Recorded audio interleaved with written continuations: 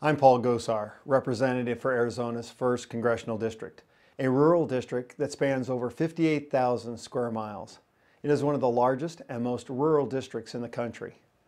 My district is rich with natural resources and contains diverse climates that are conducive to many forms of energy generation, including traditional fossil fuel, hydroelectric, solar, and wind power.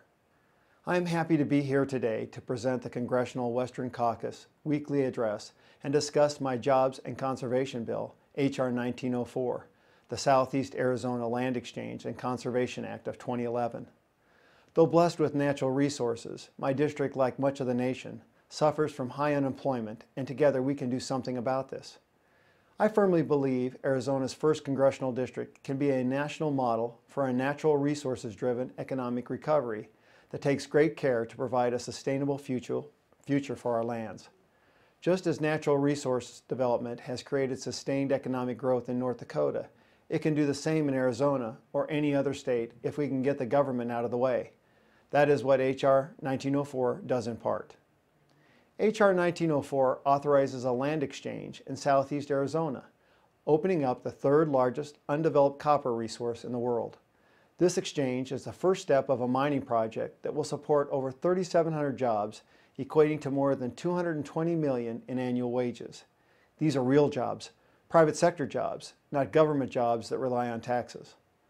According to a recent economic study, the total economic impact of the mine is estimated to be over $61.4 billion, over $1 billion per year for the life of the mine, and another $19 billion in federal, state, county, and local tax revenue. In order to allow this mine to proceed, a parcel of federally owned land needs to be exchanged to the mine operator. This land exchange will bring into federal stewardship 5,500 acres of high-priority conservation lands in exchange for 2,600 acres of National Forest System land intermingled with private land and blanketed by unpatented mining claims in what is called the Copper Triangle in southeast Arizona.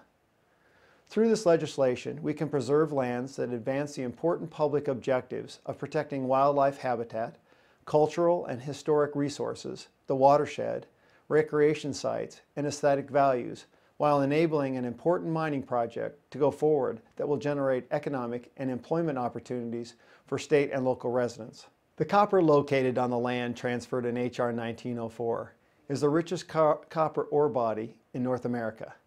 The United States currently imports over 30% of the country's copper demand.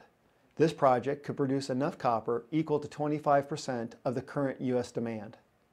Copper is a critical metal used in the production of a wide variety of products, including electronics, transportation machinery, and renewable energy and cutting-edge technologies.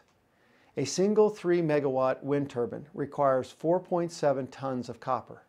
Hybrid vehicles require double the amount of copper as gas-fueled automobiles. The Department of Defense indicates that copper ranks 2nd, behind aluminum, in defense industrial applications. That demand for copper is only going to increase. Just as relying on foreign oil imports threatens national security, relying on foreign copper suppliers also potentially threatens U.S. industry. The United States must use domestic resources to meet that growing demand, and H.R. 1904 is a major step in that direction. At a time when our nation has more than 14 million people out of work, Congress should be focusing on policies that help create good-paying, sustainable private sector jobs without costing taxpayers. H.R. 1904 achieves this objective and will benefit our nation as a whole. This is a win-win for everyone. The nation will gain some beautiful lands, and at the same time it will gain jobs and economic productivity. H.R. 1904 will be voted on this Wednesday on the House floor. I urge you to contact your member about this important piece of legislation, and thank you for watching this week's installment of the Congressional Western Caucus Weekly Address.